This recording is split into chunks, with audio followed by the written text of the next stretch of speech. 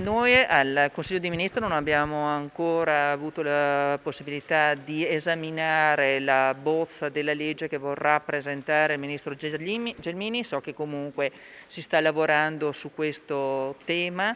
Ricordo sempre però che la questione attinente ai livelli essenziali delle prestazioni rischia di essere un falso problema.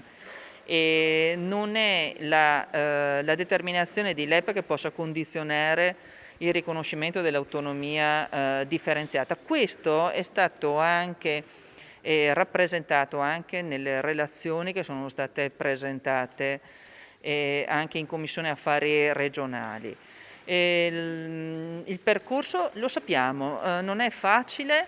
Io al tempo come Ministro agli Affari Regionali nel Conte 1 ho trovato molte difficoltà, soprattutto anche all'interno del governo, e ho trovato una grande difficoltà perché parte dell'Italia non ha compreso che l'autonomia differenziata è un modo concreto per risolvere grossi problemi istituzionali, grossi problemi che abbiamo in Italia che si sono anche amplificati anche durante il periodo di Covid.